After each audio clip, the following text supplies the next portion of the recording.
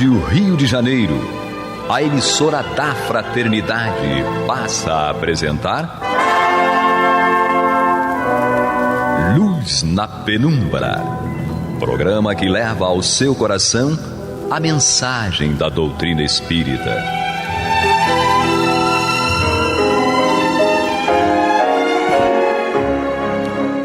E com vocês, André Afonso Monteiro, para o estudo do livro A Gênese, da obra codificada por Allan Kardec. Olá, amigo ouvinte internauta da Rádio Rio de Janeiro, eu sou André Afonso Monteiro, estou aqui para nós darmos continuidade ao estudo da obra A Gênese de Allan Kardec, os milagres e as predições segundo o Espiritismo, lembrando, amigo ouvinte internauta, que nós fazemos o nosso estudo pela edição do Centro Espírita Leon Denis, da editora Leon Denis, que traduziu a 4ª edição da obra A Gênese, que a tradução deles é sobre a 4ª edição da obra A Gênese de Allan Kardec. Então, que de algumas traduções para outras há uma certa modificação, e aí a gente faz esse aviso aqui para você ter ciência de qual obra que nós estamos estudando. Então nós vamos dar continuidade aqui ao capítulo 18, os tempos são chegados, o item é o 20, vamos dar continuidade ao item 20. Kardec diz o seguinte, né? Lembrando que nesse item aqui, Kardec ele vem falando desses sinais, né? Desses sinais dessas mudanças, desses sinais característicos que vão nos trazer essa ideia dessa mudança. Ele coloca aqui o Espiritismo, né, como um desses sinais. E ele diz aqui, fazendo conhecer novas leis da natureza, ele oferece a solução de fenômenos incompreendidos e de problemas insolúveis até hoje. E, por sua vez, destrói a incredulidade e a superstição. Para ele, não há nem sobrenatural nem maravilhoso. No mundo tudo se realiza em virtude das leis imutáveis. Longe de substituir um exclusivismo por outro, ele se apresenta como campeão absoluto da liberdade de consciência. Ele combate o fanatismo sob todas as formas e o corta pela raiz, proclamando a salvação para todos os homens de bem. Olha que interessante isso aqui, Ele combate o fanatismo sob todas as formas e corta pela raiz, proclamando a salvação para todos os homens de bem e a possibilidade para os mais imperfeitos de chegar, por seus esforços, pela expiação e pela reparação, à perfeição que só conduz à suprema felicidade. Em lugar de desencorajar o fraco, ele o encoraja, mostrando-lhe o porto que ele pode alcançar. Então, olha que interessante, amigo ouvinte e internauta. Longe de substituir com um exclusivismo por outro, ou seja, e aqui ele faz uma observação, não é uma crítica, a postura de determinadas religiões que se colocam como exclusivistas para essa salvação. Ou seja, só através se você professar determinada religião, é que você estaria salvo. Kardec já falava, né? Não é fora da religião que não há salvação, é fora da caridade que não há salvação. Você não precisa ter uma religião, mas se você pratica caridade, mas aquela caridade que Jesus nos ensinou, né? Benevolência, indulgência e perdão, não é só a caridade material. Então, se você consegue praticar a caridade na sua essência, assim como compreendia Jesus, questão 886 em O Livro dos Espíritos, você, digamos assim, vai atingir ali o propósito da criação, o propósito divino da criação. Então, Kardec ele afasta esse exclusivismo. Kardec ele nunca se colocou como a persona, né, personificação de Kardec para o Espiritismo. No Antigo Testamento, né, nós temos a personificação em Moisés. No Novo Testamento, na segunda revelação, personificado na pessoa de Jesus, mas Jesus se coloca, né? Eu sou o caminho, a verdade e a vida, ninguém vai ao Pai senão por mim. Ou seja, pelos seus ensinamentos, pelas suas práticas, por colocar no dia a dia, né, aquilo que ele nos ensinou, ele coloca isso como condição para que a gente atinja esse reino de Deus, desenvolva esse reino de Deus em nós. E aqui no Espiritismo, Kardec coloca, o Espiritismo não é meu. O Espiritismo é a doutrina dos Espíritos. E não é o de espírito A, B, C ou D, é dos Espíritos. Ele não é personificado nem na imagem, na figura do Espírito da Verdade. Ele foi ali o mentor, o coordenador. Mas nem na personificação dele também isso acontece. Então Kardec, ele tira o exclusivismo inicialmente dessa ideia de uma pessoa que seria o profeta, sai, né, a personificação do profeta, coloca de uma forma coletiva dos espíritos, não de um determinado espírito. Então sai, não é de uma pessoa e nem de um espírito, é dos espíritos, é a doutrina dos espíritos, no coletivo, no plural, fazendo com que isso dê, digamos assim, saia daquela crítica, ou de que aquela pessoa, que aquele espírito poderia sofrer, e com isso, digamos assim, prejudicar o avanço da doutrina. Então, num primeiro momento, ele sai desse exclusivismo de uma pessoa ou de um único espírito. Ele diz também que o espiritismo ele está longe de ser digamos assim, essa religião que vai levar à salvação. E a gente até, existe uma frase que é colocada que o espiritismo não é a religião do futuro, mas é assim, o futuro das religiões. Isso, o que a gente está querendo dizer? A gente não tem essa exclusividade, obviamente, mas o espiritismo, e por isso que não é exclusivo, ele é comum a toda e qualquer religião. E todos aqueles que, de alguma maneira, estudam as leis do universo, eles vão se abrirem as suas mentes, obviamente, se proporem a isso, né, a estudar, a prescutar essas questões todas. Eles vão chegar à conclusão, através, obviamente, das suas experiências, que existe um mundo espiritual. Então é isso que Kardec, é isso que os espíritos nos ensinam, que o espiritismo ele é comum a todos, ele não pode estar, digamos assim, vinculado a uma pessoa encarnada ou desencarnada. Não houve essa vinculação, nem a Kardec, nem a um determinado espírito, justamente para que não houvesse essa individualização. Então, ele coloca isso e coloca também que o espiritismo não é uma religião exclusiva, a única que vai trazer a salvação. Muito pelo contrário. E aí ele continua, né? Em lugar de desencorajar o fraco, ele o encoraja, mostrando-lhe o porto que ele pode alcançar. Então, proclamando a salvação para todos os homens de bem e a possibilidade para os mais imperfeitos de chegar por seus esforços pela expiação e pela reparação, a perfeição que só conduz à suprema felicidade. Então sai aquela ideia do fogo eterno, da pena eterna, e sim, aquela ideia e aquela certeza da lei de causa e efeito, de ação e reação, da reencarnação, que vai nos dar a oportunidade de refazermos a nossa história. A gente não vai ter como ir lá e refazer, né? Vamos voltar no tempo, não é isso. Mas é você fazer uma nova história. Erramos no passado, não vamos ficar presos pelo processo da culpa e do remorso a essa ideia, aquilo que nós fizemos. Mas vai bater o arrependimento. Em todos nós isso vai acontecer. Vai bater o arrependimento.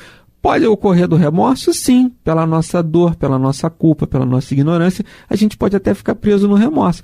Mas o remorso é aquela coisa que ali a gente não vai avançar, vai demorar um tempo preso naquilo ali.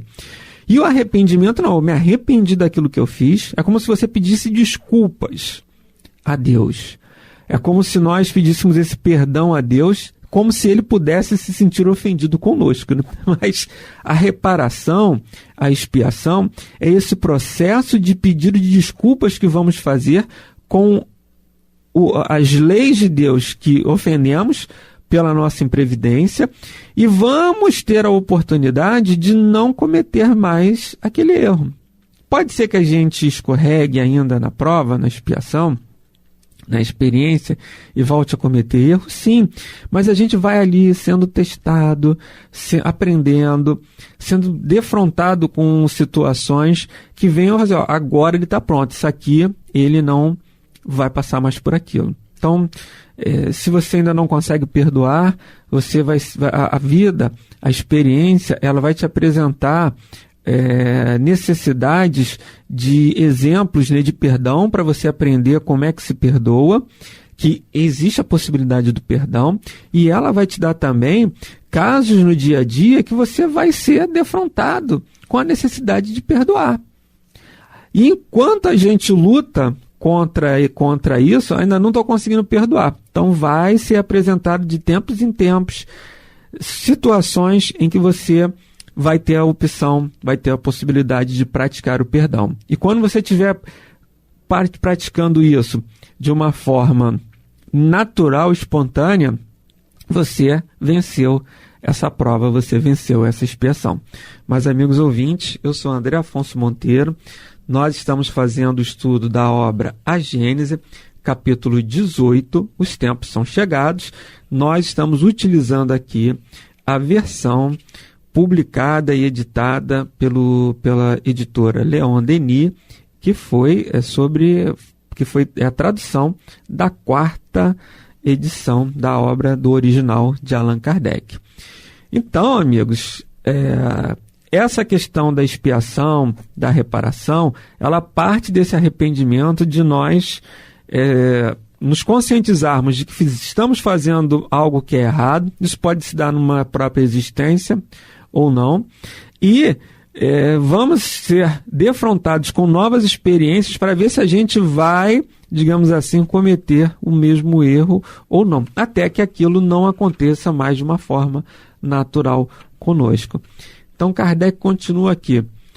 Ele não diz, fora do espiritismo não há salvação, mas com Cristo, fora da caridade não há salvação.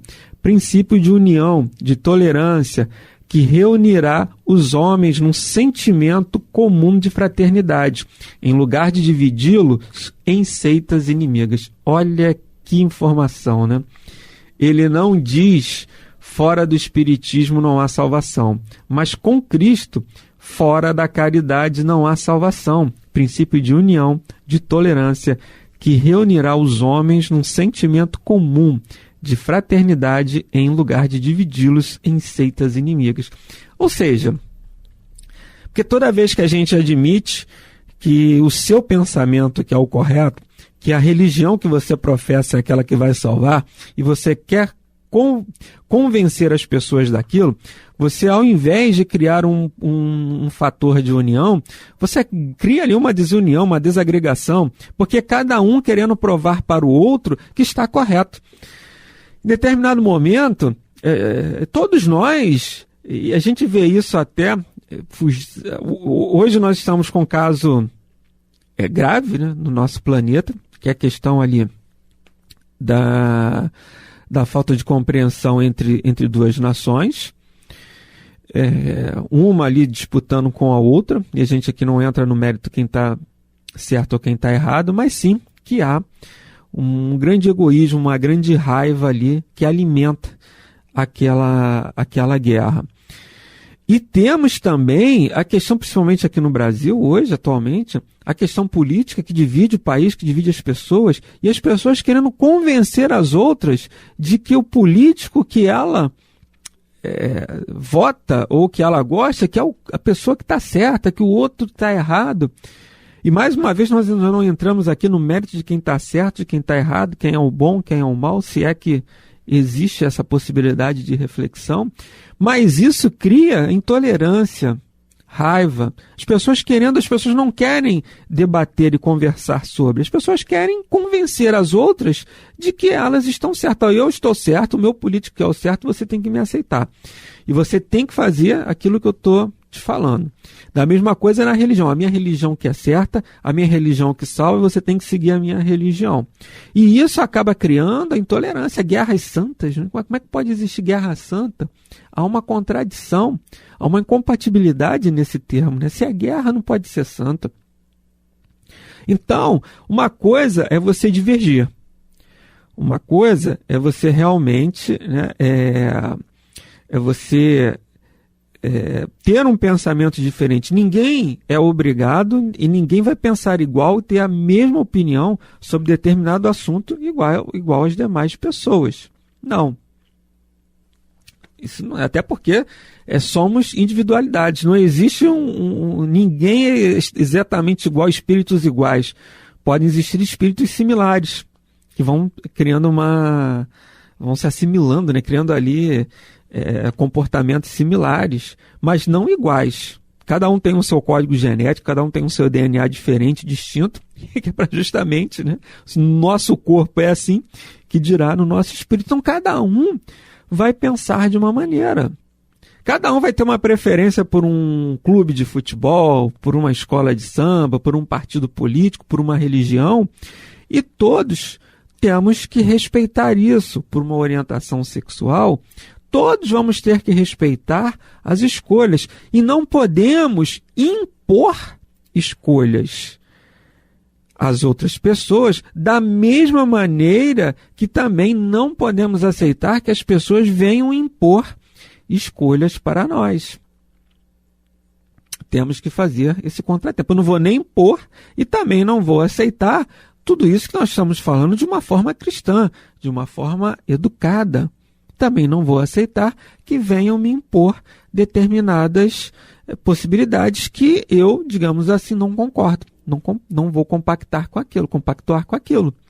Então, essa questão tem que ser muito bem observada para nós e como nós vamos nos colocar, como nós vamos nos manifestar, seja nas redes sociais, seja nas conversas públicas, no nosso dia a dia, acerca daquilo que nós pensamos, sem criar atritos, sem criar dificuldades, sem criar raiva. As redes sociais hoje, elas praticamente, as pessoas vão ali, todo mundo se mostra como verdadeiramente é. Né? Às vezes as pessoas, a rede social ela é neutra. Ela é neutra. E nós é que vamos dar a qualidade que nós queremos para ela. Então, se eu vou para ali para fazer o bem, para elogiar, para fazer um comentário produtivo, ótimo. Uma crítica construtiva, ótimo. Mas eu vou ali para ofender as pessoas, para criar tumulto, confusão, a responsabilidade é minha. E eu vou responder por isso. É o que o Espiritismo nos ensina. Que a gente colhe aquilo que a gente planta. Então, se eu estou indo para ali para arrumar problema, o que eu vou encontrar? Eu vou encontrar problema, né? Então, Kardec continua aqui, meus amigos. Então, ele diz, né? Fora do Espiritismo não há salvação. Ele não diz, melhor dizendo, né? Ele não diz, fora do Espiritismo não há salvação. Mas com Cristo, fora da caridade, não há salvação. No parágrafo seguinte, ele coloca: por este outro princípio não há fé inquebrantável, senão aquela que pode encarar frente a frente a razão em todas as épocas da humanidade.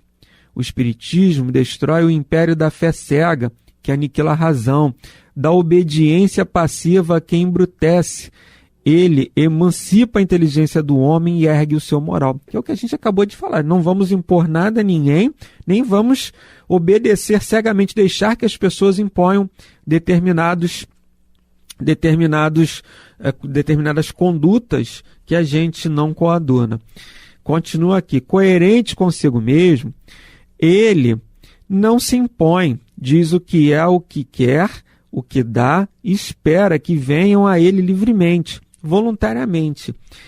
Ele quer ser aceito pela razão e não pela força. Ele respeita todas as crenças sinceras e só combate a incredulidade, o egoísmo, o orgulho e a hipocrisia, que são as chagas da sociedade. Então, lá a questão, não sei se é a 923 ou 913, Kardec pergunta aos benfeitores espirituais: qual é a raiz de todos os vícios, de todas as paixões? Ou seja, né, onde tudo, qual é a causa, né? Qual é a base de todos os nossos vícios, de todas as nossas imperfeições? Os espíritos vão falar: é o egoísmo, é o orgulho. O egoísmo é essa causa principal, é por isso que gera guerra. É o fato de eu pensar só em mim, que gera a discussão, que gera a violência. É eu achar que o mundo gira em torno de mim, que eu estou certo, que eu estou correto. Então ele vai falar que isso é a razão de toda a chaga da nossa sociedade. Coloca aqui, ó, ele respeita todas as crenças sinceras e só combate a incredulidade, o egoísmo, o orgulho, a hipocrisia, que são as chagas da sociedade e os obstáculos mais sérios ao progresso moral. Chagas da sociedade e os obstáculos mais sérios ao progresso moral. Mas ele não condena ninguém, nem mesmo aos seus inimigos, porque está convencido de que a estrada do bem está aberta aos mais imperfeitos e que cedo ou tarde eles entrarão nela. E aqui, essa é uma consequência natural do ensinamento de Jesus, porque Jesus, ele nunca combateu o pecador. Há uma diferença muito grande em aceitar o pecador, que a gente dê a possibilidade que ele possa se redimir, da mesma forma como Deus nos permite que a gente venha se redimir dos nossos erros, mas não podemos ser também complacentes e passivos e omissos em relação ao pecado. Ao pecador, vamos dar todas as oportunidades para que ele possa corrigir, sempre de uma forma cristã. Agora, o pecado, amigo ouvinte internauta, é que a gente não pode ser omisso e condescendente com isso, complacente com isso. Uma coisa é o pecador, a outra é o pecado. A gente não pode deixar que o pecado se progrida, cresça. A gente tem que fazer esse combate ao pecado e não ao pecador. Então Kardec coloca isso aqui para nós, ó. E ele diz, né, que não condena ninguém, mesmo aos seus inimigos, até porque não considera ninguém como inimigo, agora eu aqui comentando, e Kardec diz: porque está convencido de que a estrada do bem está aberta aos mais imperfeitos e que cedo ou tarde eles entrarão nela.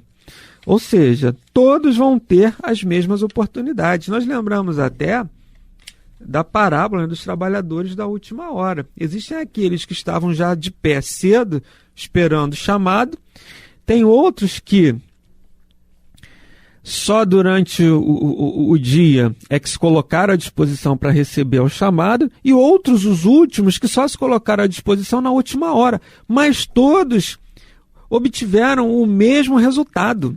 Não é que houve um privilégio ou não, mas todos tiveram a mesma chance, independente do momento em que vai fazer essa virada de chave. Todos nós vamos ter as mesmas oportunidades. A parábola dos trabalhadores da última hora, que Jesus colocava, né, ela vem justamente nos chamar, um dos seus pontos de atenção é essa questão, que Deus ali ele está aberto, no sentido de estar nos esperando a qualquer momento para que a gente possa fazer essa nossa transformação moral. E o fato de ter sido antes ou depois de alguém, isso vai trazer algum prejuízo para nós. O prejuízo é que a gente se demorou mais um pouco, mas o prejuízo que eu digo no sentido de que a oportunidade que eu vou ter vai ser a mesma que aquele outro teve.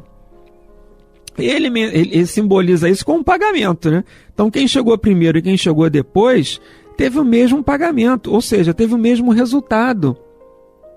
Qual é o resultado? É a comunhão com Deus. Então, se eu cheguei depois, eu vou ter algum prejuízo em relação a essa comunhão com Deus, ao reino de Deus que vai se transformar em mim? Não. O outro ele só teve a vantagem de ter feito essa virada de chave mais rápido do que eu. Ou seja, ele atingiu o objetivo primeiro do que eu. mas o objetivo foi alcançado da mesma forma. Só o tempo é que variou.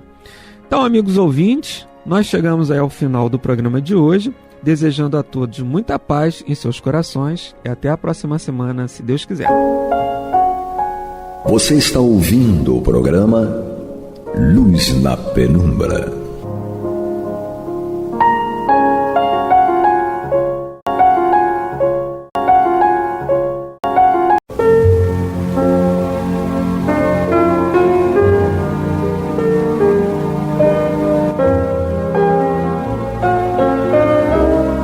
A Rádio Rio de Janeiro está levando ao seu lar e ao seu coração a mensagem consoladora da doutrina espírita, através do programa Luz na Penumbra.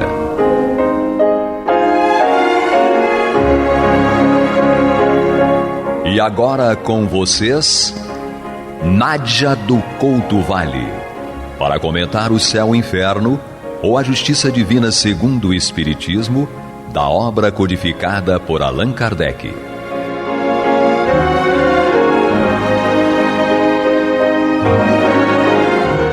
Amados e amadas ouvintes e internautas, que a paz de Jesus permaneça conosco hoje e sempre, no momento em que mais uma vez aqui pela Rádio Rio de Janeiro, a emissora da Fraternidade, no programa Luz na Penumbra, nós damos continuidade ao nosso estudo desta obra, O Céu e o Inferno, ou a Justiça Divina segundo o Espiritismo, e iniciamos agora juntos o estudo do capítulo que iniciamos agora, evidentemente, no capítulo 7º da segunda parte desta obra, um capítulo no qual o nosso querido codificador Allan Kardec nos apresenta a trajetória, os ascendentes, as consequências nas trajetórias dos espíritos por ele classificados como espíritos endurecidos. Este capítulo e o espírito com o qual Kardec iniciou este capítulo 7º já foi referido por ele, não nominalmente, mas pela situação que está explícita aqui logo no início do capítulo 7º, quando Kardec terminou o estudo de Jacques Latour, o espírito com o qual, ou a trajetória do espírito com o qual nosso querido Allan Kardec terminou o capítulo 6º sobre os criminosos arrependidos. Você deve estar lembrado, Jacques Latour, que fez aquela extraordinária transição de espírito criminoso, que não teve acesso às facilidades, na verdade, às oportunidades justas para todas as criaturas com as políticas públicas de educação, ele disse isso explicitamente. Então, essa transição de um criminoso para um homem que já estava harmonizado consigo mesmo, já tinha delineado até o seu futuro, a sua atividade para ajudar os companheiros que, como ele, eram criminosos, e ele deveria ajudá-los na reencarnação ou na encarnação subsequente. Mas quando Kardec termina um estudo precioso, como sempre, aqui sobre essa trajetória do espírito Jacques Latour, ele disse que, admitindo-se a identidade, claro, de Jacques Latour, ele diz: talvez se estranhe tão pronta mudança do seu moral. É o caso da ponderação já feita de que um espírito brutalmente mau pode ter em si melhores predicados do que o dominado pelo orgulho ou pela hipocrisia. É aqui que Kardec faz a comparação entre Jacques Latour e o espírito que vamos estudar a partir de hoje. Esta reversão a sentimentos mais benéficos indica uma natureza mais selvagem que perversa, que é o caso de Jacques Latour, à qual apenas faltava boa direção. Comparando esta linguagem com a de outro espírito, adiante consignada sob a epígrafe Castigo pela Luz, é fácil concluir qual dos dois seja mais adiantado moralmente, apesar da disparidade de instrução e hierarquia social, obedecendo um ao natural instinto de ferocidade, a uma espécie de superexcitação, ao passo que o outro, este espírito com o qual nós vamos iniciar o estudo, ao passo que o outro empresta à perpetração dos seus crimes a calma e sangue frio inerentes às lentas e obstinadas combinações, afrontando ainda, depois de morto, o castigo por orgulho. Este sofre e não o confessa, ao passo que aquele, Jacques Latour, prontamente se submete. Também por aí podemos prever qual deles sofrerá por mais tempo. É com esta introdução que o próprio codificador, amado codificador, nos faz, que nós damos início ao capítulo 7º, nesta obra, no qual o nosso amado codificador traz os espíritos endurecidos e inicia essa lista, digamos assim, com a trajetória, a característica, a personalidade, e nós já tivemos aqui uma antecipação pela percepção do nosso querido codificador, do espírito La Pommeraye, que tem como subtítulo o castigo pela luz, também antecipado por Kardec, quando terminamos o estudo, e terminamos o estudo que Kardec fez a propósito da trajetória de Jacques Latour. Quem foi La Pommeraye e o que acontece? Porque quando Kardec nos fala sobre isso, fica muito claro que ele faz esta avaliação sobre a reação dos espíritos após a morte no corpo físico, após a desencarnação. Ele comparou Jacques Latour e La Pommeraye. Naturalmente, nós já estudamos desde a primeira parte desta obra, na qual nós vemos a parte teórica do que iríamos estudar e estamos estudando aqui na segunda parte, que são os depoimentos, as trajetórias dos espíritos. Essa perturbação após a morte, nós sabemos doutrinariamente que é uma fase ou uma etapa ou alguns momentos, depende da evolução do espírito, em que há uma perturbação. Essa perturbação após a morte do corpo físico, naturalmente, essa perturbação tem, não obstante, reações da parte dos espíritos, dependendo da personalidade, da forma como viveram e desencarnaram, do seu perfil psicológico, como já antecipou Kardec, comparando Jacques Latour e La Pommeraye.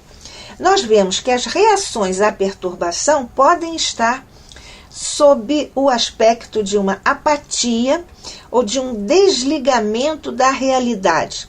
É o insulamento do espírito. Conversamos com muitos desses nossos irmãos à mesa mediúnica, verificamos que muitos trazem em seu mundo íntimo esse clima ou esta característica de apatia, o desligamento da realidade. Outros trazem o sofrimento, o aturdimento diante deste fenômeno, morte do corpo físico. Outros ainda não veem o ambiente em que estão. No caso, seria a sala onde nós fazemos as nossas reuniões, mas eles também não conhecem ninguém, muitos até nem veem nada. Ninguém, absolutamente ninguém, estão na escuridão. Muitos ainda continuam sofrendo o que sofriam na última hora, na hora mesma da desencarnação. Por exemplo, se estavam no hospital, se tinham dor de cabeça, se estavam com falta de ar, sentiam dores, etc. Eles continuam, então, pela memória emocional, eles continuam sofrendo o que sofriam na hora em que estavam desencarnando. Outros ainda julgam-se encarnados ainda e sofrem porque falam com pessoas e não são ouvidas essas pessoas, etc. Outros ainda experimentam ou demonstram a revolta, a afronta ao que está ali acontecendo. Mais à frente nesse estudo, nós vemos qual é a designação, ou digamos, a descrição, ou o conceito de espírito endurecido. Diz Kardec, entre os espíritos endurecidos, não há só perversos e maus. Grande é o número dos que, sem fazer o mal, estacionam por orgulho, indiferença ou apatia. Estes, nem por isso são menos infelizes, pois tanto mais os aflige a inércia, quanto mais se veem privados das mundanas compensações. Esse, então, é o perfil, ou um possível perfil, que Kardec nos traz a respeito das consequências na intimidade dos espíritos endurecidos que apresentam esses quadros após a desencarnação. Esse quadro de revolta e de afronta diz respeito ao caso de La Pommeraye. Quem é La Pommeraye ou quem foi La Pommeraye? Um espírito que se manifestou espontaneamente na Sociedade Espírita de Paris em uma reunião durante a qual discutia-se o fato ou a perturbação, o fato de os espíritos sentirem e experimentarem perturbação, geralmente acompanhada da morte, após a morte. Ninguém, na verdade, declara Kardec aqui na apresentação de La Pommeraye, ninguém, na verdade, fizera alusão a esse espírito, portanto, ele não foi evocado. Muito menos se pretendera evocá-lo, portanto, ninguém fez alusão, ninguém lembrou e também ninguém tinha a intenção de chamá-lo à reunião, de evocá-lo. Na verdade, esta comunicação que Kardec nos traz não está assinada por La Pommeraye. Seria até uma espécie de mais uma demonstração do seu orgulho, digamos assim. Ele não assinou a sua comunicação, mas foi reconhecido como o grande criminoso La Pommeraye. Ele foi reconhecido como esse grande criminoso que tinha sido, pouco antes, recentemente atingido pela justiça humana, lá à época em que ele se apresentou. Portanto, pouco antes dessa sua apresentação, espontaneamente, lá na Sociedade Espírita de Paris. E ele começou assim. E nós vamos agora ver como é que esse espírito se manifestou e já vamos prestando bastante atenção, atentos à comparação que Kardec fez entre Jacques Latour e ele mesmo. Agora vamos usufruir dessa situação, desse texto de Kardec, quando eu, Nádia do Couto Vale, e você, amigo, amiga, ouvinte, internauta, estamos aqui estudando pela Rádio Rio de Janeiro, a emissora da Fraternidade, no programa Luz na Penumbra, o capítulo 7º que iniciamos hoje, sobre os espíritos endurecidos, e tratamos aqui do espírito La Pommeraye, que assim se apresentou espontaneamente lá na Sociedade Espírita de Paris. Que dizeis da perturbação? Para que essas palavras ocas? Sois sonhadores e utopistas. Lembrando aqui, o utopista é aquela pessoa que concebe, que inventa projetos quiméricos que não vão se realizar, não são capazes de ser realizados. Então diz La Pommeraye, dirigindo-se aos médiuns e a Kardec, que estavam lá na reunião na Sociedade Espírita de Paris. Sois sonhadores e utopistas, quer dizer, vocês falam de coisas que não se realizam. Ignorais redondamente o assunto do qual vos ocupais. Não, senhores, a perturbação não existe, a não ser nos vossos cérebros. Estamos vendo aqui o orgulho, como ele está desqualificando o codificador da doutrina espírita e os médiuns presentes.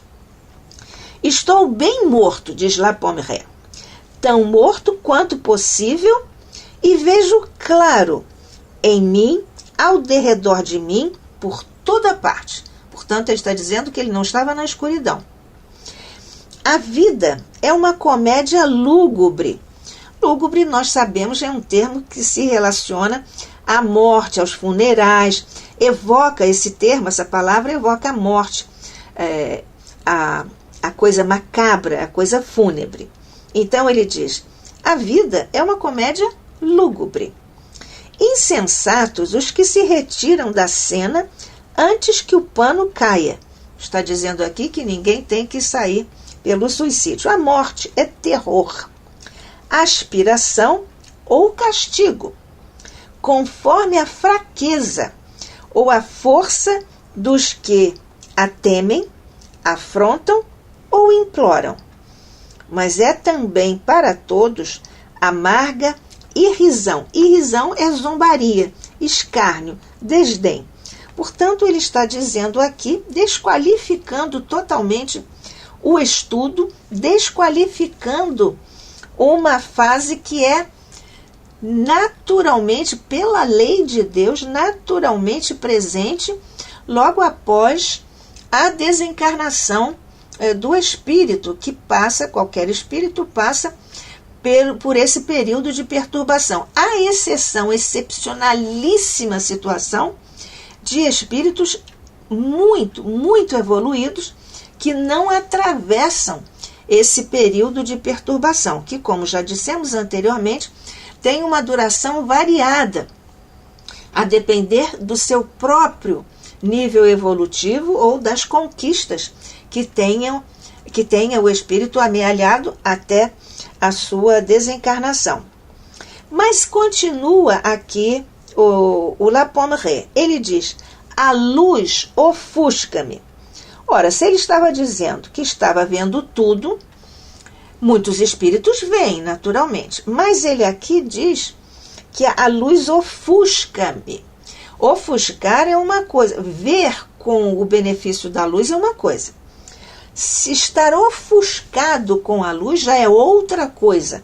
Quando nós, por exemplo, damos por objeto de nossa visão uma luz intensa, nós ficamos ofuscados. A luz ofusca-me e penetra. A luz penetrava. O espírito La Pommeraye sentia que a luz penetrava o seu ser. Qual flecha aguda. A sutileza do meu ser. Ele quer dizer o corpo não físico. Mas ele já sabia que continuava vivo, apesar de estar morto, bem morto, como ele disse logo no início. Ele continua. Castigaram-me com as trevas do cárcere. Evidentemente, a prisão tinha a escuridão e agora ele não tinha mais escuridão, mas tinha a luz. Só que esta luz causava desconforto a ele. Ele diz, castigaram-me com as trevas do cárcere e acreditavam castigar-me ainda com as trevas do túmulo, senão com as sonhadas pelas perseguições ou superstições católicas. Pois bem, sois vós que padeceis da obscuridade. Ele afronta, desqualifica, desrespeita os médiuns, a própria reunião em si e o codificador lá na reunião. Vejamos então por que isto acontece. Vamos buscando algumas reflexões sobre o que está aqui dito pelo espírito La Pommeraye. Vejamos se isso não está de acordo com aquele perfil antecipado que Kardec apresentou quando fez a comparação entre Jacques Latour, no capítulo anterior, capítulo 6, dos espíritos arrependidos, criminosos arrependidos, e agora desses espíritos que são endurecidos. Então, no caso, La Pommeraye também é um criminoso. La Pommeraye afronta com a crítica ao suicídio. Claro, esse é o maior crime contra a lei, juntamente com o homicídio, quando ele diz, insensatos, os que se retiram da cena antes que o pano caia, pelo suicídio. Ele vê claro ao seu redor. E está aqui posto esse tema. E como ele considera, ou mesmo define a morte? Ele diz: a morte é terror, aspiração ou castigo. Revelando, então, aqui uma certa percepção psicológica do perfil das pessoas que desencarnam. Vejamos como também está aqui nítido o orgulho, grandioso orgulho de La Pommeraye, quando ele diz que algumas pessoas temem a morte. Ele não teme. Quando algumas pessoas aspiram à morte, são as insensatas que buscam o suicídio, como ele próprio já disse. Ou então castigo da morte da pessoa, da criatura.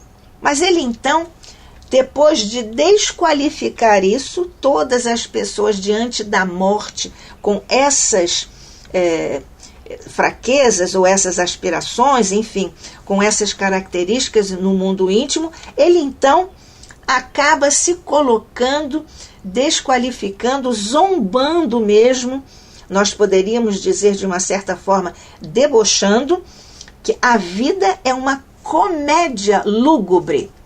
É uma comédia que se assemelha ou está associada à morte, às questões da desencarnação, não só, mas também às questões que estão aqui ligadas ao cemitério, aos funerais e tudo. Por isso que é uma comédia lúgubre a vida. Nós vemos então que o espírito está em treva moral, apesar de estar aqui vivendo nessa luz. Ele próprio diz: a luz ofusca-me. É muito forte essa luz. Por isso que aqui Kardec subtitulou o capítulo como sendo castigo pela luz, porque a luz intensa que ofusca La Pommeraye é um castigo. Não obstante ele estar com essa luz penetrando todo o seu ser, ele está em treva moral. E pensa que vê claro ao seu redor. Ele próprio diz: eu vejo claro ao meu redor, estou vendo tudo. Vejo claro em mim, ao derredor de mim, por toda parte. Portanto, ele está aqui desdenhando da situação em que se encontra e, evidentemente, afrontando, desrespeitando a reunião, o próprio Kardec e os médiuns ali presentes. E ele, na verdade, ao pensar que vê claro ao seu redor, ele, não obstante, não percebe a degradação íntima, a degradação moral em si mesmo. Por que isto acontece? Falta de autoconhecimento. Ele não tem a humildade de se conhecer, de buscar na sua intimidade profunda, como Sócrates já deixou isto emblematizado milênios atrás para todos nós: homem, conhece-te a ti mesmo. Para nós, mas isso requer humildade, nós sabemos.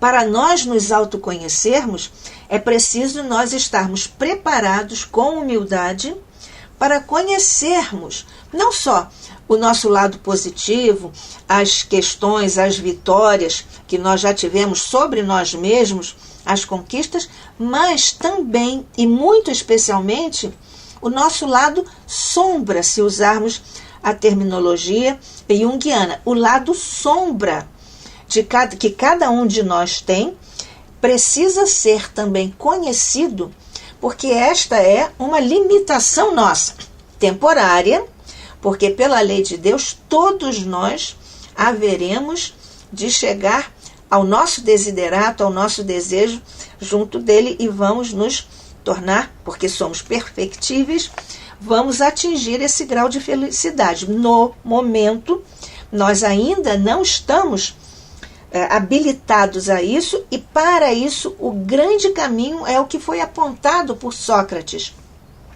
Homem, conhece-te a ti mesmo.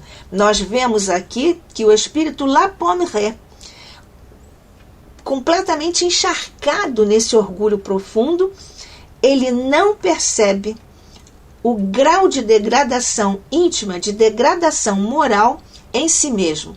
E é por isso que ele está aqui castigado pela luz, para que ele veja a sua intimidade profunda numa espécie de ajuda da lei divina, para que ele se veja na profundidade do seu ser, como ele próprio diz, a sutileza do seu ser penetrada por essa luz que o ofusca e penetra naquela ocasião. Que a paz de Jesus permaneça conosco hoje e sempre. Continuaremos nosso estudo em nosso próximo encontro. Que a luz de Deus, de Jesus, de Maria, possam nos encaminhar sempre. Que assim seja, pela graça de nosso Pai.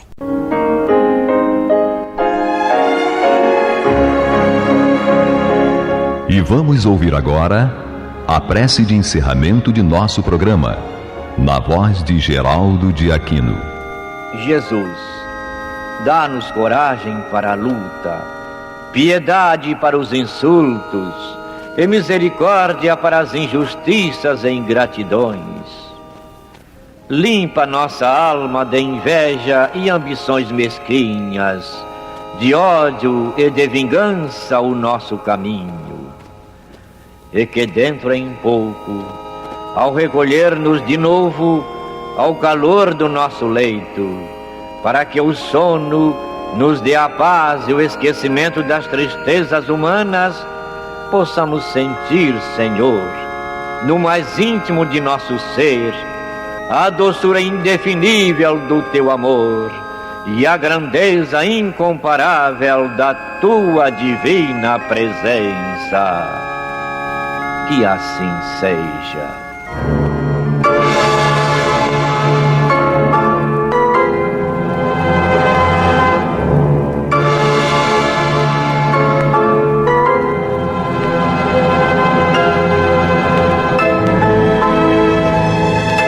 Acabamos de apresentar o programa Luz na Penumbra, que voltará a ser apresentado amanhã às 21 horas nesta emissora.